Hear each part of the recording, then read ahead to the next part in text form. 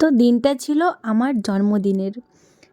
তো সেই দিনই আমি ভাবলাম যে না, যেহেতু আজকে আমার জন্মদিন, আজকে ভিডিওটা যেরকম করে হোক এডিট করে পোস্ট করব। তার কারণ এই প্রথমবার জন্মদিনে আমি একা কেক কাটছি না, আমার সাথে আরেকজন রয়েছে।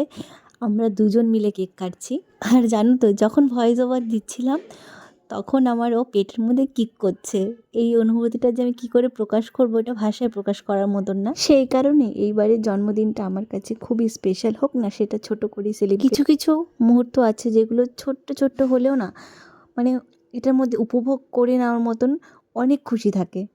তো যাই হোক, আমি আর আমার বর দুজন মিলে সেলিব্রেট করলাম ছোট্ট করে। আর সত্যি কেউ ছিল না, বাড়িতেও কেউ ছিল না, সেই জন্য ভাবলাম যে না, দুজনে যেহেতু আছি, ছোট্ট করে একটা আমাদের সেলিব্রেশন।